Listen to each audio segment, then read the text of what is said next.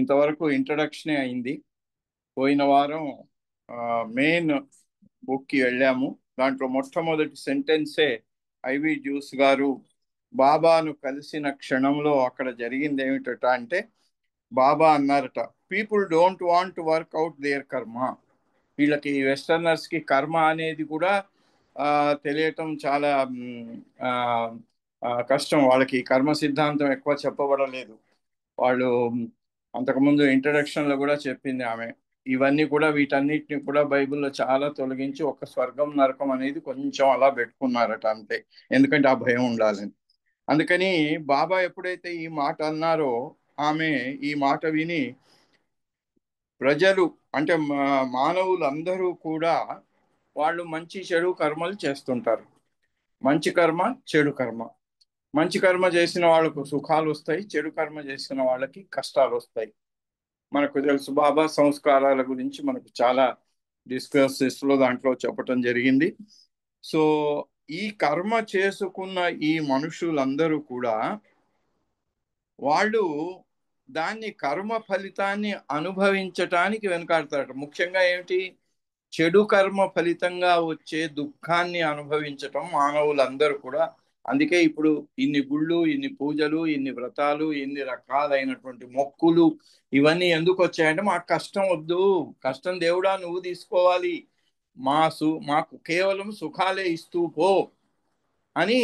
దానికోసం ఇప్పుడు మొత్తం యావత్ ప్రజానీకంలో జరిగిన ఇప్పుడు మార్పు అంతా ఏమిటి అంటే, మనుషులు వారి కర్మ ఫలితంగా వచ్చే దుఃఖాన్ని అనుభవించకుండా ఆ కర్మనంతా తీసుకొచ్చి వాళ్ళు కేవలం సుఖమే కావాలి అని ఆ కర్మంతా కూడా they just want to come here and dump it all on me. తీసుకొచ్చి ఆ కర్మనంతా కూడా నా మీద డంప్ చెయ్యాలి అని చూస్తుంటారు అనే మాట the master was saying as a fleeting sadness flitted across his face, softening the stern manner of his saying. అయితే ఈ మాట బాబా చెప్తూ ఉన్నప్పుడు ఆయన ముఖం మీద చాలా గాంభీర్యత వచ్చిందట. ఎందుకు అంటే, ఒక మానవులందరికీ ఇష్టం కానటువంటి విషయం ఏమిటి అంటే, కర్మ ఫలితంగా వచ్చే దుఃఖాన్ని అనుభవించటం ఎవరికి ఇష్టం కాదట.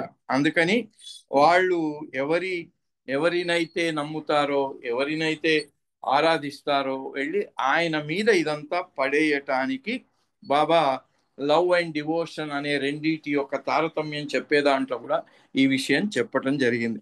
సో ఫ్లీటింగ్ సాడ్నెస్, ఇది ఆయన ముఖం మీద కొంచెం గాంభీర్యమును కొంచెం దిగులు కనిపించిందట. ఎందుకు అంటే, నువ్వు చేసింది నువ్వు అనుభవించకపోతే ఎలాగా? అలాగే రెండవ ప్రపంచ యుద్ధం అంతంలో హిట్లర్ వాడు ఆత్మహత్య చేసుకున్నాడు. అప్పటికే వాడు కొన్ని లక్షల మందిని చంపాడు. లక్షల మందిని చంపిన వాడు ఎప్పుడైతే చంపబడతాడో అని తెలిసినప్పుడు ఆత్మహత్య చేసుకున్నాడు. అప్పుడు బాబా అంటాడు, హీ హ్యాస్ డిసప్పాయింటెడ్ మీ. అంత కరేజియస్గా మొత్తం ప్రపంచాన్నే జయిస్తాను అనే లెవెల్లో వెళ్ళిన మనిషి ఆత్మహత్య చేసుకోవటం అంటే, ఆత్మహత్య ఎవడు చేసుకుంటాడు? పిరికివాడు చేసుకుంటాడు. అంటే వాడి కర్మ ఫలితాన్ని అనుభవించకుండా, వాడి కర్మ ఫలితంగా వాడిని చంపటానికి సిద్ధమైంది రంగం అంతా. అయినప్పుడు అది మరి అల్లూరి సీతారామరాజు కథను తీసుకున్నట్టయితే, ఆయన ఛాతీ తీసి కొట్టు అంటాడు. అంటే కర్మ ఫలితాన్ని అనుభవించటానికి అంతటి ధైర్యం వాళ్ళు మహాత్ములైపోతారు. ఇది మామూలు జనం అంతా కూడా భగవంతుడి మీద పడేస్తారట. అప్పుడు ఆయన వదనాన్ని చూసినప్పుడు ఆమె కనిపించిందట. హీజ్ ఐస్ స్పోక్, ఆయన కళ్ళే మాట్లాడినాయట. అందుకే మౌనం గురించి వెస్టర్నర్స్ తొలి రోజుల్లో వాళ్ళు చెప్పారు, ఆయన వదనాన్ని చూడండి, ఆ కాంతివంతమైన ఆ నేత్రాలను చూడండి, అవే మాట్లాడతాయి, ఇంకా ఆయన మాటలతో పనేముంది అని. చాలా మంది అలా ఆయన యొక్క అందాన్ని, ఆయన వదనారవిందాన్ని, ఆయన కన్నుల్లో ఉండేటువంటి ఆ ప్రకాశాన్ని అనుభవించి అలా చెప్పటం జరిగింది. అయితే ఇప్పుడు ఈమె కూడా అంటుంది, హిజ్ ఐస్ స్పోక్, ఆయన కళ్ళే మాట్లాడాయి. ఆయన మౌనంగా ఉన్నాడు కానీ ఆయన కళ్ళే మాట్లాడుతున్నాయి. His expression revealed, his beautiful fingers spelled out. అయితే ఆయన ముఖం మీద కలిగే అటువంటి ఆ కవళికలే మనకు చెప్తాయట సందేశాన్ని. అలాగే his beautiful fingers spelled out the words on a small blackboard covered with the letters of the alphabet, but his mouth did not open. ఆయన నోటి నుంచి ఒక్క మాట కూడా రాకపోయినా కూడా ఆయన కన్నులు మాట్లాడాయి. ఆయన యొక్క ముఖారవిందం మీద కనిపించేటువంటి కవళికలు మాట్లాడుతున్నాయి. అలాగే ఆయన అందమైన చేతి వేళ్ళు, అవి ఆయన ఏర్పరచుకున్నటువంటి మాధ్యమం, ఒక అక్షర ఫలకాన్ని దాని మీద అక్షరాలను చూపిస్తూ ఉంటే అది ఆయన మాటలతో ఏం పనుంది, అవే చెప్తూ వచ్చాయి. అలా అప్పుడు ఆమె అంటారు, I stood before him suddenly feeling like a culprit. ఎందుకు ఇప్పుడు ఆయన చెప్పిన మాట ఏంటి, కర్మ ఫలితాన్ని అనుభవించకుండా నా మీద డంప్ చేస్తారు అని బాబా చెప్పింది చూసేసరికి మరి ఎదురుగా ఉన్న వాళ్ళు అందరూ కల్ప్రిట్సే కదా, అందరూ కూడా నేరస్తులాగా నిలబడాల్సిందే కదా. అందుకని I stood before him suddenly feeling like a culprit accused of I knew not what. ఎందుకు ఎందుకు అలాంటి ఫీలింగ్ వచ్చింది అంటే మరి బాబా చెప్పిన మాటలు విన్న తర్వాత అలాంటి భావన కలిగింది ఆమెలో. I had but recently heard of the word కర్మ. ఆ కర్మ అనే పదాన్ని ఆమె చాలా కొద్ది రోజుల ముందే విన్నదట. And only dimly sensed its meaning. అంతకు దాని గురించి చాలా వివరంగా తెలియదు కాబట్టి దాని అర్థం ఏమిటో కొంచెం చూచాయిగా అలా అస్పష్టంగా తెలుసుకుందట. Did he think I had crossed the world to dump mine whatever it was on him. Baba అలా అనుకున్నాడా, నేను ఇన్ని సముద్రాలు దాటి ఇంత దూరం నుంచి అమెరికా నుంచి ఇక్కడికి వచ్చినప్పుడు ఆయన నేను నా బరువంతా ఆయన మీద వెయ్యాలి అని వచ్చాను అని అనుకుంటున్నారా? I waited. ఆమె అలా వేచి చూస్తూ, too overwhelmed by his beauty, his authority. Yes, అయితే ఆమె ఎందుకు అట్లా నిశ్చేష్టురాలై నిలబడింది అంటే, ఓవర్వెల్మ్డ్ బై హిజ్ బ్యూటీ, ఆయన యొక్క అందంతో చలించిపోయింది ఆమె. హిజ్ అథారిటీ, ఆయన ఏ మాట చెప్పినా అది ఊరికే ఊహించి చెప్పిన మాటలు కాదు. పండితులు, శాస్త్రజ్ఞులు, ఈ స్వాములు, అనుభవం లేని గురువులు, వీళ్ళు చెప్పేవంతా కూడా ఊహాజనితమైనటువంటి మాటలే. ఊహించి లేదా ఎక్కడనో ఏ గ్రంథంలోనో ఎవరో చెప్పిన మాటలు చదివి అది చెప్పటమే జరుగుతూ ఉంటుంది. కానీ బాబా చెప్పటంలో అథారిటీ. ఎందుకంటే బాబా హైయెస్ట్ ఆఫ్ ది హైలో మెసేజ్లో ఏం చెప్పారు, if I am the highest of the high, my will is law. నా ఇచ్చనే యావత్ విశ్వాన్ని నడిపించే శాసనము. My wish governs the law, ఆ శాసనాన్ని నా అభీష్టం నడిపిస్తూ ఉంటుంది.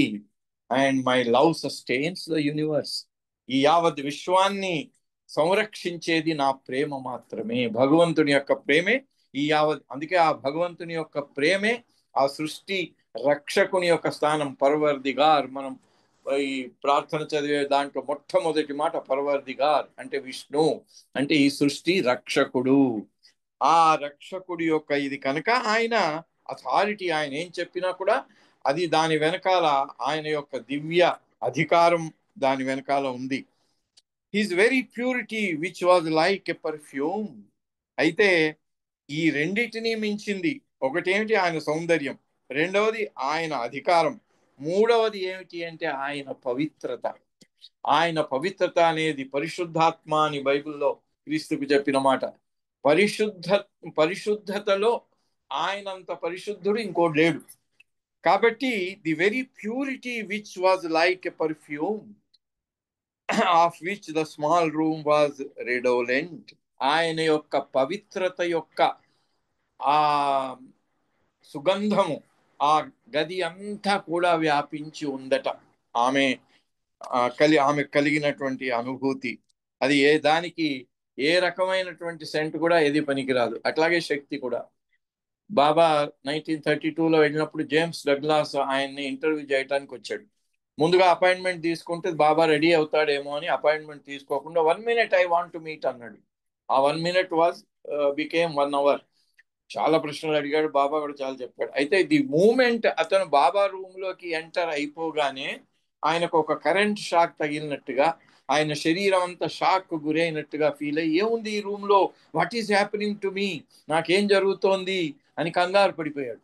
బాబా అన్నాడు, ఏం పర్వాలేదు, కూర్చో, నెమ్మదిగా కూర్చో, నువ్వు అడగాల్సినవన్నీ అడుగు, ఆ ప్రశ్నకు సమాధానం నేను చివరిలో చెప్తాను అన్నాడు.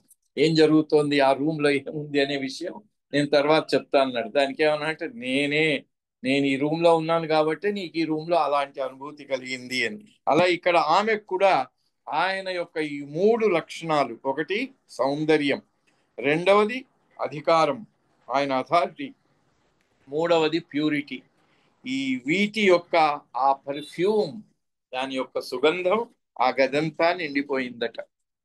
He paused to let the seeming reproof sink in, and some underlayer of the thoughts churning in my mind was wondering, what am I doing here? How did I ever get to this spot I am in, mentally and physically? అప్పుడు ఆమె ఆ, అది ఆ అనుభూతికి పరవశించి ఆమె, ఏది, నేను ఎందుకు వచ్చాను ఇక్కడికి, how did I ever get to this spot I mean, ఎందుకు వచ్చాను ఇక్కడికి, మానసికంగా అయినా భౌతికంగా అయినా ఇక్కడికి నేను ఎందుకు వచ్చాను, మరి నేనేం చేస్తున్నాను, ఇక్కడికి వచ్చినందుకు ఏం చేస్తున్నాను అనే అటువంటి ఆలోచనల పరంపర అంతా కూడా ఆమె మనస్సును అవి ఆ, తిప్పసాగాయి అన్నమాట. అవన్నీ లోపల మథనం చేస్తూ ఉన్నాయి. సముద్ర మథనం జరిగినట్టుగా ఆమె లోపల ఈ మథనం జరుగుతోంది ఆ టైంలో. I try to peer into his eyes, Baba యొక్క కన్నుల్లోకి కన్నులు పెట్టి చూడటానికి ప్రయత్నం చేసింది ఆమె. But he was sitting in the lotus asana. మరి ఇది ఎప్పుడు బాబా ఆ ఆసనంలో కూర్చున్నారట. The only time I ever saw him do this, ఆయన అలా కూర్చోవటం ఆ మొదటిసారి ఆమె చూసింది, మొదటిసారి చివరిసారి కూడా. And his glance was downward, ఆయన యొక్క అర్ధనిమీలిత నేత్రాలు కింది వైపు చూస్తున్నాయట, డైరెక్ట్ గా ఆమెను చూడలేదు. Carefully guarded by his lids, he had let me see those lustrous pools of light for an instant the previous day, and for a moment it had been difficult to focus because there was a strange quality to those eyes which I had never seen before and which tantalized and intrigued me. అయితే ఆమె ఈ వర్ణనంతా కూడా ఆయన కన్నులను వర్ణిస్తుంది. ఆయన కన్నులలో ఉండే ప్రకాశం, ఆయన కన్నులు మాట్లాడే భాష, అక్కడి నుంచి వచ్చే అటువంటి ఆ ప్రకాశాన్నే ఆమె వర్ణిస్తూ ఉందన్నమాట. అయితే ఆ కన్నుల్లోకి ఫోకస్ చేసి చూడటం అనేది చాలా కఠినమైనటువంటి విషయం ఉంది. ఇక్కడ నాకు ఒక ఉదంతం గుర్తొస్తుంది. 1933లో బాబా ఇటలీలో ఉన్నారు. ఇటలీలో ఉన్నప్పుడు పెద్ద కథ, దాన్ని కట్ షార్ట్ చేస్తాము. నొరీనా మ్యాచబెల్లికి చెప్తే ఆమె 30 పేర్లు ఇస్తే బాబా ముగ్గురిని సెలెక్ట్ చేసుకున్నాడు. దాంట్లో ఒక ప్రొఫెసర్ వచ్చాడు. ఆ ప్రొఫెసరు ఆ ఏంటి, మీ గురువు వస్తే నాకేంటి, నా టైం ఎందుకు వేస్ట్ చేసి నన్ను పిలుస్తున్నావు అన్నాడు. అంటే ఆమె ఏదో మొత్తానికి ఆయనకు సర్ది చెప్పి, ఈ అవకాశం మిస్ అయితే తర్వాత నువ్వు రిపెంట్ అవుతావేమో రా అంటే వచ్చాడు. వచ్చి 45 నిమిషాలు బాబాను వరుసగా ప్రశ్నలు అడిగి లేచి నిలబడి అతను అన్నాడు, అంత పాత చింతకాయ పచ్చడే మీ బాబా చెప్పినాయని నాకు ముందే తెలుసు, నేను చదివాను, ఐఎమ్ ప్రొఫెసర్ ఆఫ్ ఫిలాసఫీ, నేను తత్వశాస్త్రంలో ప్రొఫెసర్ని అని లేచి నిలబడి అతని యొక్క అసంతృప్తిని ప్రకటిస్తూ ఉంటే నొరీనా నొచ్చుకుంది పాపం. అయ్యో, ఈయన ఎందుకు పిలిచాను నేను అనుకుందట. అప్పుడు బాబా తన కళ్ళను సూటిగా ఆయన కళ్ళల్లోకి దృష్టిని బరపి చూశాడట. అంతే, ఒక్క క్షణం. అంతవరకు 45 నిమిషాల నుంచి గర్వంగా, ఓ పెద్ద తనకే అంతా తెలుసు అన్నట్టుగా అతను బాబాను ప్రశ్నలు అడుగుతూ పోతూ, బాబా ఆ కళ్ళతోని తన కళ్ళల్లోంచి వచ్చే ప్రకాశం యొక్క దృష్టిని ఆయన కళ్ళల్లోకి నేరుగా చూసిన క్షణంలో వెంటనే మోకాళ్ళ మీద వంగిపోయి కన్నీళ్లు గారుస్తూ అన్నాడట, బాబా, దిస్ ఈజ్ యువర్స్, ఈ శరీరం మీది, మీరు ఎలా దీన్ని వాడుకుంటే అలా వాడుకోండి అన్నాడు. ఒక్క క్షణం. అంటే అందుకే బాబా అన్నాడు హయ్యెస్ట్ అధ్యాయంలో, a nod of my head will give realization to the entire creation. ఒకళ్ళకి ఇద్దరికి కాదు, యావత్ విశ్వానికి ఇచ్చేస్తుంది ఆ భగవద్ ఐక్యాన్ని. కానీ దాంట్లో ఏం మజా లేదన్నారు బాబా. అందుకని మాయ ద్వారా ఇన్ని అనుభవాలు పొంది సంపాదించుకున్న ఆ భగవద్ ఐక్యమే అది చాలా విశిష్టమైనది అనమాట. అందుకని ఆయన మనందరికీ అవకాశం ఇస్తూ ఉన్నారు. అలా ఆ కన్నుల్లో అంతటి ప్రేమ, అంతటి అందం, అక్కడి నుంచి ఆయన చెప్పదలుచుకున్నది ఆ కన్నుల ద్వారానే. బాబా ఒకసారి చెప్పాడు, కోపం వచ్చిన వాళ్ళు పక్కనే కూర్చొని ఎందుకు అరుచుకుంటారు అని. ఒకసారి మండలి హాల్లో బాబా అడిగారు ఈ ప్రశ్న, ఎందుకు అరుచుకుంటారు అందరూ అంటే, సహజంగా బాబా కోపం రాగానే గొంతు పెగులుతుంది, చాలా గట్టిగా అరుచుకుంటారు అన్నాడు. కాదు, దానికి అసలైన కారణం తెలిస్తే చెప్పండి అన్నాడు. ఎవరికి తోచలేదు. బాబా అన్నాడు, ఇది ఎందుకు అంటే హృదయాలు కోపంలో దూరంగా విసిరివేయబడినట్టుగా వాటి మధ్యన అగాధం సృష్టించబడుతుంది, అందుకని వినబడదేమో అని వస్తారు. పక్కనే కూర్చున్నా కూడా అంతవరకు నెమ్మదిగా మాట్లాడుకునే వాళ్ళందరూ కూడా వాళ్ళ హృదయాలు కోపంలో వేరైపోయి దూరంగా విసిరివేయబడినటువంటి అనుభూతి కలిగేసరికి, దూరంగా ఉన్నాడు కనుక వాడికి దూరంగా ఉన్నానికి వినబడాలి అంటే అరవాలి, అందుకని అరుస్తారు. అదే కొత్తగా పెళ్ళైన వాళ్ళు ఉన్నారనుకోండి, 10 మందిలో కూర్చొని ఉన్నా కూడా వాళ్ళు కళ్ళతోనే మాట్లాడుకుంటారు, వాళ్లకు నోరు తెరవాల్సిన పని లేదు అన్నారు. ఇక్కడ ఆమెకు ఆయన నోరు తెరవకుండానే అలా కళ్ళతోనే మాట్లాడుతున్నారు అనే అనుభూతి కలగటం చాలా విశిష్టమైనటువంటి చాలా అనుభూతి అది. సో ఇదంతా I later learned this was for my own protection suddenly. అయితే బాబా ఇదంతా ఎందుకు నాకు ఇలాంటి అనుభూతి కలిగిస్తున్నాడు? He always knew the instant I was about to attempt a quick peek and his glance. ఆమె అంతకుముందు ఇంట్రడక్షన్ లో కూడా చెప్పుకున్నారు, ఆమె చిన్ముద్ర చిహ్నాన్ని బాబా నా వైపు చూడటం లేదు అనుకున్నప్పుడు నెమ్మదిగా చెయ్యి పైకెత్తి ఇలా చిన్ముద్రను చూపించిందట. వెంటనే బాబా అటువైపు చూస్తున్న బాబా వెనక్కి తిరిగి ఆమె వైపు తిరిగి మళ్ళీ బాబా అలా చూపించారట. అంటే నేను సర్వజ్ఞుణ్ణి, నేను ఎటు చూడాల్సిన పని లేదు, ఎక్కడ ఏం జరుగుతుందో అన్ని నాకు తెలుసు అనే విషయాన్ని ఆయన ఈమెకు అలా ప్రూవ్ చేశారు.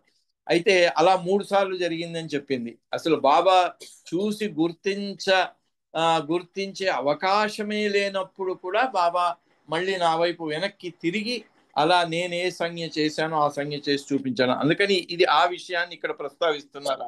I was about to attempt a quick peek and he hid his glance. ఆయన యొక్క దృష్టిలో పడకుండా ఇది కావాలని నెమ్మదిగా వెళ్ళి ఆయనను చూద్దాము అని అనుకుంటే అది తర్వాత ఏమిటి ఇది అని దాన్ని ఆమె విశ్లేషించుకుంటే this was for my own protection. ఎందుకంటే బాబా మన వైపు చూడటము చూడకపోవటము అది ఎందుకు అంటే అది మనను సంరక్షించటానికే ఆయన చేసేటువంటి ప్రయత్నం. అది మనం ఎప్పుడైతే పరీక్షిస్తున్నామో అప్పుడు ఆయన వెనక్కి చూడకున్నా కూడా చూసి మీకు సమాధానం వస్తుంది. ఎదురుగా వెళ్ళినా కూడా ఆయన చూడనట్టుగా కూడా మనకు అనిపిస్తూ ఉంటుంది. Suddenly now I realized what was indefinable in his eyes. ఆయన కళ్ళల్లో ఉన్నటువంటి ఆ శక్తి, ఆ అందం, ఆ ప్రకాశం, ఇది ఏమిటి, దీనికి ఒక మూలం ఏమిటి అని నేను కొంచెం చర్చించుకుంటే అప్పుడు ఆమెకు సమాధానం దొరికిందట. ఏంటట దానికి కారణం? It was bliss. అనంతమైన ఆనందం ఆయన పెన్నిది, ఆయనకి ఎప్పుడూ ఉండేది, ఆయన యొక్క దైవీ లక్షణం. అయితే ఆ అనంతమైనటువంటి ఆనందము అనేది దీనికి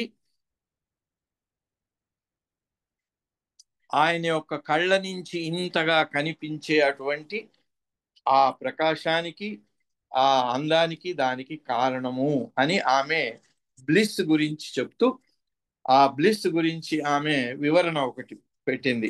బ్లిస్ అంటే ఏమిటి అనేది ఆమె there are 7 kinds of bliss. మనం అనంతమైన ఆనందము అని దైవీ గుణాన్ని చెప్పుకుంటూ ఉంటాం, కానీ దాని యొక్క 7 రకాలైనటువంటి ఆనందాన్ని చెప్పటం జరిగింది అని వాటిని ఇక్కడ అనుబంధంలో చెప్తున్నారు ఆమె. ఏమిటి? The Vishwananda, the bliss is experienced by all forms from fish to human beings. విశ్వానందం, విశ్వంలో ఉండే అన్ని ప్రాణులు అనుభవించేటువంటి ఆనందాన్ని ఒక రకంలో చెప్తూ దాన్ని విశ్వానందము అన్నారట. ఇది చేప దగ్గర నుంచి మొదలు పెడితే all forms from fish to human beings. ఇక్కడ ఫిష్ నుంచి చెప్పారు. ఫిష్ కు కింద ఉన్నటువంటి రాయి, ఖనిజము, చెట్లు, కీటకాలకు చెప్పలే. ఫిష్ నుంచి హ్యూమన్ బీయింగ్స్ వరకే చెప్తూ దాన్ని విశ్వానందము అన్నారు. ది చితానంద, రెండవది చిదానందం అనే దాన్ని చెప్తున్నారు. దీనికి this is experienced by human beings alone. ఇక రెండవదైనటువంటి ఆనందం యొక్క రెండవ తరగతి, రెండవ రకం చిదానందము. ఇది కేవలం మానవులు అనుభవించే ఆనందాన్నే చిదానందము అంటారు. మూడవది Yogananda, Yoganandam. This is experienced by yogis in the సమాధి ఆర్ ట్రాన్స్ స్టేట్. ఈ యోగానందాన్ని ఎవరు అనుభవిస్తారయ్యా అంటే అది యోగ సమాధిలో ఉండే యోగులు మాత్రమే అనుభవించే ఆనందాన్ని యోగానందము అన్నారు. ఇక నాలుగోది ది ప్రేమానంద, ప్రేమానందం. ఈ ప్రేమానందం అనుభవించేది ఎవరు అంటే one who experiences this bliss is on the way to perfection. వారి ప్రయాణం అంతర్ముఖమైపోయి, మనకు తెలుసు కదా ఎవాల్యూషన్ లోనేమో పూర్తి రాయి నుంచి మానవ రూపం దాకా ప్రయాణం జరగటం, చైతన్యం పెరగటం, మానవ రూపంలో పునర్జన్మ క్రమం, ఆ తర్వాత ఎన్నో జన్మలకు కానీ ఆధ్యాత్మిక మార్గంలో ప్రవేశించి మన జీవాత్మ అంతర్గతమైన ప్రయాణాన్ని చేస్తుంది. ఆ అంతర్గతమైన ప్రయాణం ప్రారంభమైనప్పుడు కలిగే ఆనందము దాన్ని ప్రేమానందము అన్నారు. Who experiences this bliss is on the way to perfection. ఆ మన గమ్యమైనటువంటి భగవదైక్యము అనే అటువంటి పరిపూర్ణ స్థితికి ప్రయాణం చేసే వారికి ఈ ప్రేమానందం కలుగుతుంది. ది ఆత్మానంద, ఐదవ రకంలో ఆత్మానందము అని చెప్పారు. అది ఏంటట? One who experiences this bliss is engrossed in the light of the Almighty. అయితే భగవంతుని యొక్క ఆ ప్రకాశంలో వాళ్ళు మునిగిపోయి ప్రపంచం యొక్క స్మృతి లేకుండా పొందే ఆనందం ఏదైతే ఉందో, అంటే మనం మస్తులను చెప్తాం కదా, దైవ ప్రేమోన్మత్తులు అని. అలాంటి ప్రేమ ఉన్మత్తిలో, అంటే భగవంతుని యొక్క ఆ ప్రేమలో వాళ్ళు లీనమైపోయి అనుభవించే ఆనందం. Only those who are on the 5th plane can experience it. ఈ ఆత్మానందాన్ని 5వ భూమికలో ఉన్న వాళ్ళు మాత్రమే అనుభవిస్తారు. ది పూర్ణానంద, పూర్ణానందము అనేది 6వ రకం చెందిన ఆనందం. This bliss is experienced by those who see God at all times and in all places. ఇది వినబడుతుందండి మూర్తి గారు?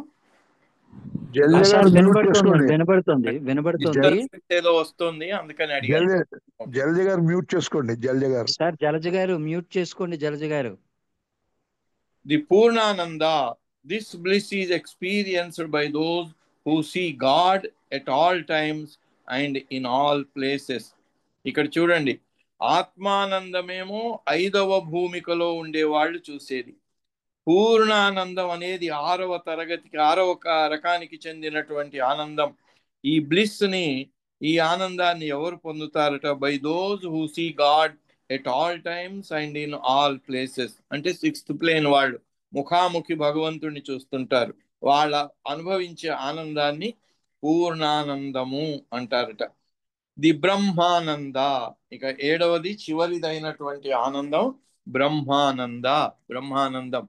ఈ బ్రహ్మానందాన్ని ఎవరు అనుభవిస్తారు అంటే this bliss is experienced by those who have achieved spiritual perfection.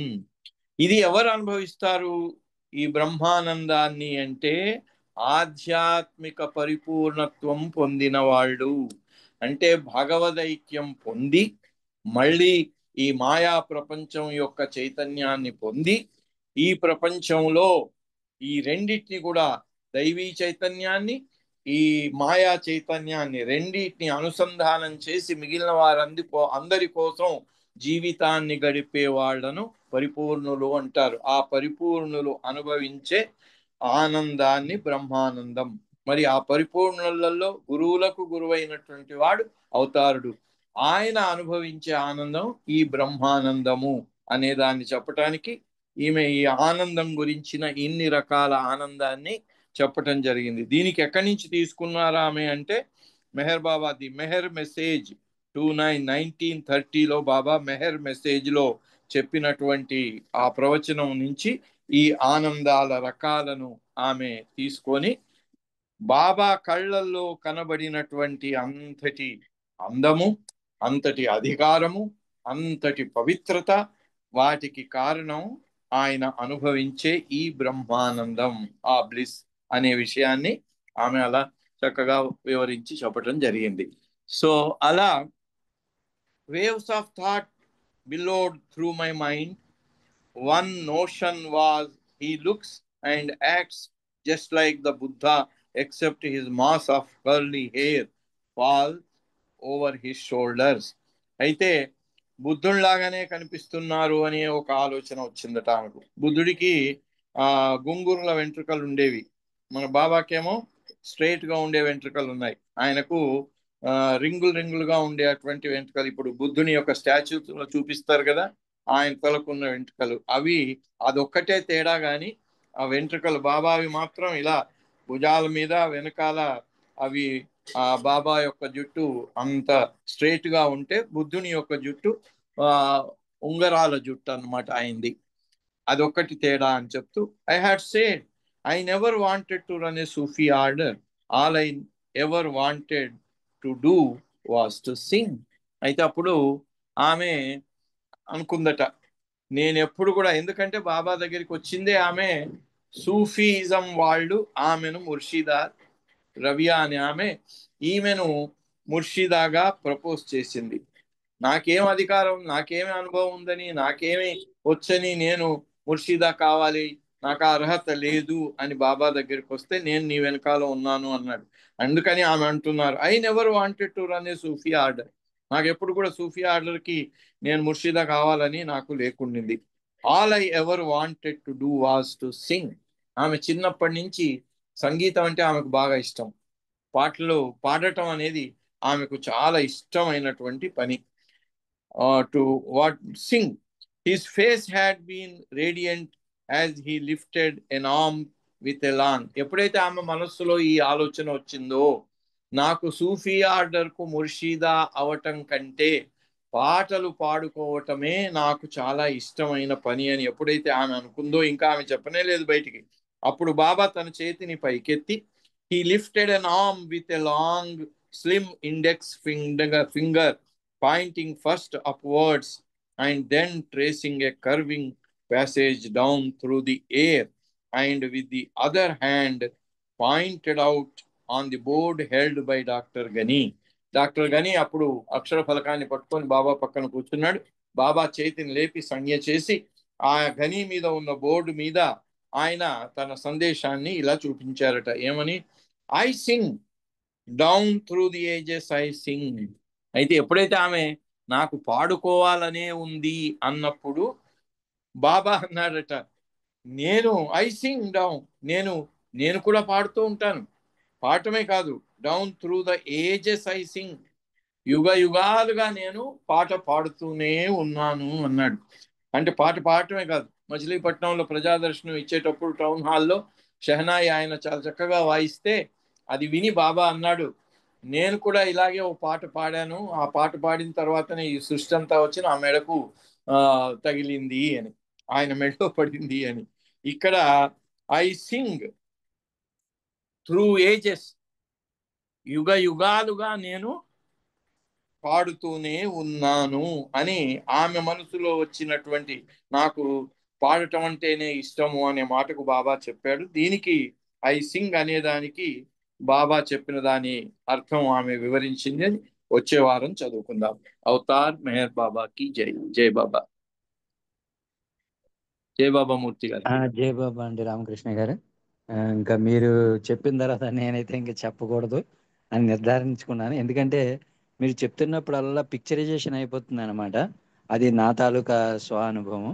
So అంతటి చక్కటి విషయాలని మళ్ళీ ఒక్కసారి మాకు మననం చేసి దాన్ని ఫోను అదే ఏంటి స్పూను ఫీడింగ్ లాగా మీరు చేయడం మా భాగ్యం. చాలా చక్కటి విషయాలు చెప్పారు.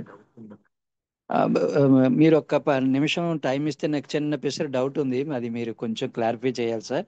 చెప్పండి చెప్పండి. మా బ్రదర్ ఉన్నారు స్టీల్ ప్లాంట్ లోని. ఉమ్, ఆయనకి బాబావి కొన్ని విషయాలు, కొన్ని అనుభవాలు జరిగాయి. ఉమ్, గత 3-4 బట్టి మా తోటి చాటింగ్ చేస్తున్నారు ఆయన. ఓ మనకి మీ బాటి పెద్దవాళ్ళు పుస్తకాలు చదివిన విషయాలని మేము చెప్పడం జరిగింది, అంత డీప్ నాలెడ్జ్ లేదు.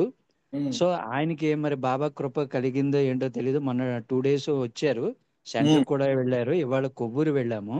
ఓహోహో. రేపు అమరావతి అదే వెళ్దామని చెప్పేసి ప్లాన్ చేశారు. ఆయన వింటున్నారు మీ మాటలు. ఆయనకి ఆ, ఏదో డౌట్ వచ్చిందట, ఒక్కసారి మీరు పర్మిషన్ ఇస్తే అడుగుతారట. అడగండి అడగండి. ఓకే. జై మెహర్ బాబా అండి. జై మేర్ బాబా. చెప్పండి సార్. సార్ నమస్కారం. నమస్కారం, చెప్పండి. బాబా అనుగ్రహం కొంచెం నాకు ఈ మధ్యన కలిగింది. అప్పుడే ఒక 6 నెలల నుంచి 4 అదృష్టం నెలల అంటే నుంచి. భాగ్యం. అది ఇవాటిది కాదు. చింతామణి అవునండి, అంటాడు, చింతామణి ఓ పాట రాశాడు.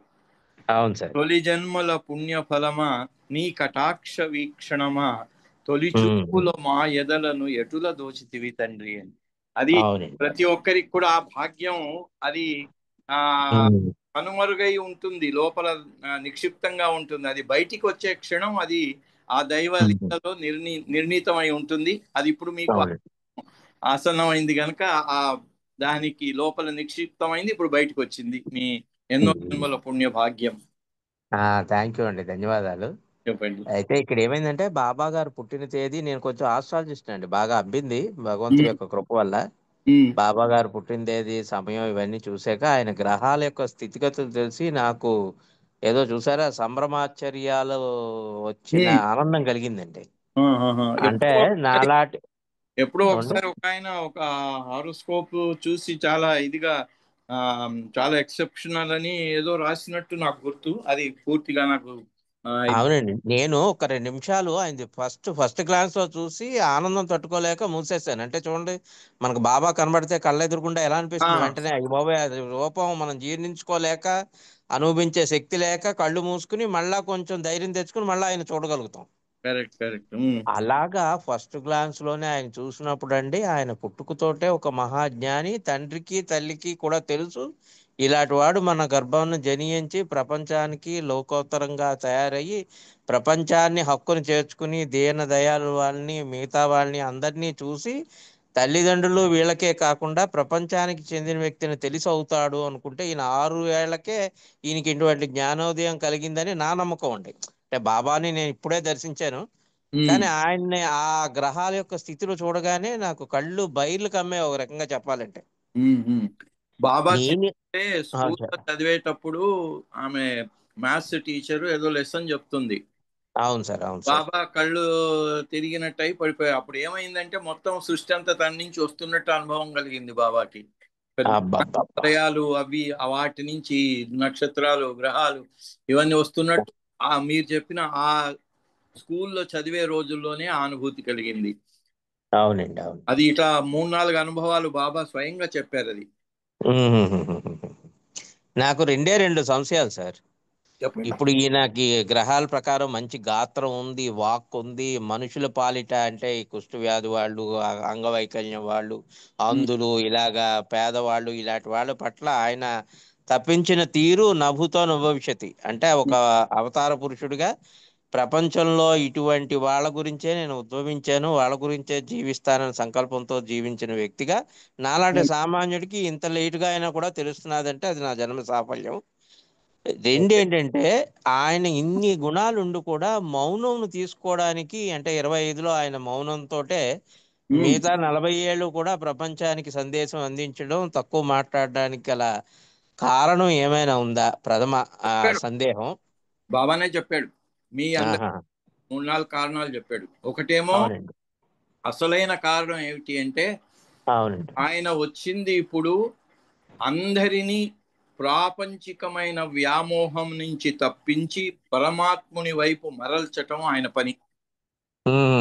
ఇవికే స్పిరిచువల్ ఎప్పుడైతే సునామీ వస్తుందో, సునామీ వచ్చినప్పుడు అలా అన్ని మీటర్లు లేసి మొత్తం అన్నిటిని ముంచేస్తుందో, ఇప్పుడు ఆయన అది ఇవ్వబోవటానికి ముందు ఈ మౌనాన్ని వహించారు. అంటే ఇది ఒక, ఇప్పుడు మన కలికి వస్తాడు చేతిలో ఖడ్గం పట్టుకొని తెల్ల గుర్రం మీద అని మనకు అవునండి. పడింది. ఇది సిగ్నిఫికెంట్. అది తెల్ల అవునండి. అంటే ప్యూరిటీ అవునండి. కదా. తెలుపు అంటే అది పవిత్రతకు, వినిర్మలత్వానికి. అబ్బా ఇది ఎంత అవునండి. ప్యూర్గా ఉంది. ఎక్కడైనా నీళ్లు అడుగున ఉన్నటువంటి రాళ్ళు, చిన్న చిన్న ఇసుక రేణువులు కూడా కనబడుతుంటే అబ్బా ఎంత ఇదిగా ఉంది, ఎంత క్లీన్ గా ఉంది, ఇది ఎంత పరిశుద్ధంగా ఉంది అంటాం. అవును. సో ఆ తెల్ల గుర్రం అనేది పరిశుద్ధతకు ప్రతీక. అవునండి. ఇందాక ఆమె చదివింది వినిపించాను నేను, మీరు విన్నారంటున్నారు కదా. విన్నాను సార్. లో చూసిన 3 విషయాలు, ఒకటి అందము, అవునండి. రెండోదేమో అధికారము, మూడవదేమో ఆ పవిత్రత అని. అవునండి. అది చెల్లగురం దానికి. ఇక అవునండి. ఖడ్గం ఏమిటి అంటే ఆయన ఈ అవతారంలో, నేను మొన్న అది చేశాను, ఈ యుగంలో మేహరుడై మౌనాస్త్రము సంధించే మాటలతో పని లేకయే మనసులందరివి దోచే అని ఓ పాటలో వచ్చింది అలాగా. అయితే ఆయన ఇది ఎందుకు చేశాడు అంటే direct dealing with the hearts and minds. అదే ఖడ్గం. లేదురా నాయన ఇక, ఎందుకంటే మీరు మాటలు వినటం లేదు, ఆచరణ లోపం పరిపూర్ణంగా అయిపోయింది, మీరు తోనే ఈ ప్రాపంచిక వ్యామోహంలో పడి కొట్టుకుంటున్నారు, ఇప్పుడు మాటలతో పని లేదు, I will directly deal with minds and hearts. అది ఆయన మౌనం అనే ఖడ్గం. తర్వాత ఇంకొకటి ఏంటంటే ఈ 4, 5, 6, 7 ఈ ప్లేన్స్ ఉన్నాయి కదండి, వాటిని కొంచెం మరొక్కసారి వివరించవలసిందిగా కోరుతున్నాను. అంటే 1, 2, 3 అర్థం అయింది నాకు. 4, 5, 6, 7వి ఎవరైనా మనకి చూసారా కొన్ని ఉదాహరణలతో నాలాంటి వాడికి కొంచెం విపులీకరించగలసిందిగా కోరుతున్నాను. అది మా 1, 2, 3 మనకు తెలియకుండానే లోపల 2 శరీరాలు ఉన్నాయి. మనకు కనిపించేది, మనం అనుభవించేది భౌతిక శరీరం. అవునండి. ఇది కాకుండా లోపల సూక్ష్మ శరీరం, దాన్నే ప్రాణం అంటారు. ప్రాణం పోగా శరీరం శవం అయిపోతుంది. అవునండి. శరీరం శవం అయిపోతుంది. అవునండి. ప్రాణ శరీరానికి సంబంధించినవి ఈ 3 భూమికలు. అది తెలుసు అన్నారు, దాని గురించి వెళ్ళను నేను. ప్రాణ శరీరం లోపల మానసిక శరీరం ఉంటుంది. శరీరం అన్నారు, మనస్సు అన్నారు. అది మానసిక శరీరం అనేది ఎందుకంటే చైతన్యాన్ని, ఎక్కడ రాతి రూపాల నుంచి జీవాత్మ ప్రయాణం చేస్తూ వచ్చి మానవ రూపానికి వచ్చే వరకు చైతన్యాన్ని పూర్తిగా రావటానికి ఒక మాధ్యమంగా ఈ మనస్సు తయారైంది. నిజంగా మనస్సు అంటే ఏంటంటే, మన వాడు పురాణాల్లో చెప్పారు చూడండి, గరుడ పురాణం ఇదంతా కూడా, చిత్రగుప్తుడు అన్ని రాసి పెడుతుంటాడు అని. మన మనస్సే చిత్రగుప్తుడు. బాగా చెప్పారు. ఇండివిజువల్ మైండ్ ఈజ్ చిత్రగుప్తుడు. ఆ చిత్రగుప్తుడు ఏం చేస్తాడంటే, మనం చేసిన ప్రతి పని యొక్క దాని యొక్క అనుభవాన్ని మనం ఆహా వావ్ అంటారు. వావ్ అని అందరూ అరుస్తారు కదా ఏదైనా అనుభవం కాగానే. ఆ అన్ని వావులను రికార్డ్ చేసి పెట్టేది మన మనస్సు. రికార్డింగ్ ప్రకారంగానే మనకు మళ్ళీ జన్మలు సంక్రమిస్తూ ఉంటాయి. ఇంకా డీటెయిల్ వద్దు ఇప్పుడు, ఎందుకంటే టైం దీంట్లో ఇది. అయితే మానసిక శరీరానికి చెందినవి 5, 6 భూమికలు. అవునండి. ఆ 5వ భూమికలో అంటే మనస్సుకు బాబా చాలా చాలా స్పష్టంగా చెప్పారు. ఇప్పుడు హృదయం మనస్సు అన్న, ఇప్పుడు మన బ్రెయిన్ అండ్ హార్ట్ అవి కాదు, ఇవి వాటికి ఇన్స్ట్రుమెంట్స్ మాత్రమే. మనస్సులో 2 భాగాలు ఉంటాయి అన్నారు బాబా. ఒక భాగమేమో థింకింగ్ పార్ట్, రెండవదేమో ఫీలింగ్ పార్ట్. ఫీలింగ్ హృదయం అంటారు, థింకింగ్ పార్ట్ ను మనస్సు అంటారు. ఈ ఆ అవునండి. Thinking part 5th plane. అక్కడ ఓహో. ఆలోచనల మీద నియంతృత్వం, ఎవడి మనసులో ఏమి ఆలోచన కావాలి అంటే ఆ ఆలోచనను ప్రవేశపెట్టేవాడు 5వ భూమికలో ఉండేవాడు ఆ పని చేయగలడు. అవునండి. ఒకసారి వివేకానంద స్వామి రాసుకున్నాడు. ఇప్పుడు మీరు దానికి ఏదైనా సంఘటన కూడా చెప్పమన్నారు కాబట్టి, అవునండి. అవునండి. రాజస్థాన్ లో స్టేషన్ లో కూర్చున్నాడు, దప్పయింది. ఎదురుగా అవునండి. ప్లేట్ కూర్చున్నాడు, వాడు స్వీట్లు గిట్లు అన్ని తెచ్చుకొని కూర్చొని హాయిగా తింటూ వీడి వైపు చూసి మీ సన్యాసుల గతి ఇంతే అన్నట్టుగా చూశాడు. అప్పుడు అవునండి. ఆయనకి భగవద్గీతలో కృష్ణుడు చెప్పిన, భగవంతుడు అవతారుడు చెప్పినటువంటి శ్లోకం జ్ఞాపకం వచ్చింది. ఉమ్. అనన్యాశ్చింతయంతో మాం ఏ జనాః పర్యుపాసతే తేషాం నిత్యాభియుక్తానాం యోగక్షేమం వామ్యం. ఏంటి ఇది? అవును. ఉటి వాగ్దానమేనా నీది? ఇప్పుడు నాకు దప్పైతుంది, నేను అనన్యంగా నీ స్మరణే చేసుకుంటూ ఉన్నాను, ఇప్పుడు ఉమ్. యోగక్షేమం వహామ్యహం అని నువ్వు ఎట్లా చేస్తావు? వాడు నవ్వుతున్నాడు నన్ను చూసి అని అవును. ఆలోచన. వెంటనే ఓ సేటు పరిగెత్తుకుంటూ వచ్చాడు. వచ్చి బెంచ్ మీద కూర్చున్న స్వామి, మీరే మీరే నాకు భగవంతుడు మిమ్మల్ని చూపించాడు అని స్వీట్లు అది మంచినీళ్ళు అన్ని తెచ్చిచ్చాడు. అవును. ఇవ్వగానే ఆయన అనుకున్నాడు, ఓహో ఈ ఒక్క క్షణంలోనే మిమ్మల్ని నిందించేలాగా మీకు కంప్లైంట్ చేసుకున్నానా స్వామి? మీ మీ అధికారికంగా చెప్పినటువంటి మీ ఆ యొక్క దాన్ని నేను తప్పుబట్టానా అనే ఆలోచన కూడా వెంటనే వచ్చిందట. వీడు ఎప్పుడైతే పట్టుకొని వచ్చాడో ఆ సేటు ఉమ్. చూసి ఆశ్చర్యపడ్డాట. అంటే ఉమ్. యోగక్షేమహామ్యం అని అంటే అది ఎందుకు జరిగింది అంటే 5వ భూమికలో ఉండేవాడు ఆ పని చేయగలుగుతాడు. ఈ సేటు మధ్యాహ్నం ఇంటికి వెళ్ళి తిని పడుకున్నాడు. కల్లో వాడికి అవునండి. భగవంతుడు కనిపించి, అరే నా భక్తుడు ఇక్కడ కూర్చున్నాడు, వెళ్ళి వెంటనే వాడికి మంచినీళ్ళు ఇంత తినడానికి ఏదో ఇవ్వు అన్నాడు. వెంటనే అవునండి. ఎత్తుకుంటూ వచ్చాడు. అవునండి. ఈ పని 5వ భూమికలో వాళ్ళు చేసే పని. ఉమ్. ఇంకా 6వ భూమికలో ఉండేవాడు ప్రహ్లాదుని లాగా, పాలలో ఆయనే, పాములో ఆయనే, ఏనుగులో ఆయనే అందరినీ. ఓహో. అవునండి. Okay sir. ఓకే అండి. Thank you sir. Thank you అండి. ఓకే. జై బాబా. జై బాబా అండి రామకృష్ణ గారు, చక్కటి వివరణను తెలియజేశారు. మీకు జై బాబాలు, ధన్యవాదాలు. ఇప్పుడు సంకీర్తనకు వెళదామండి.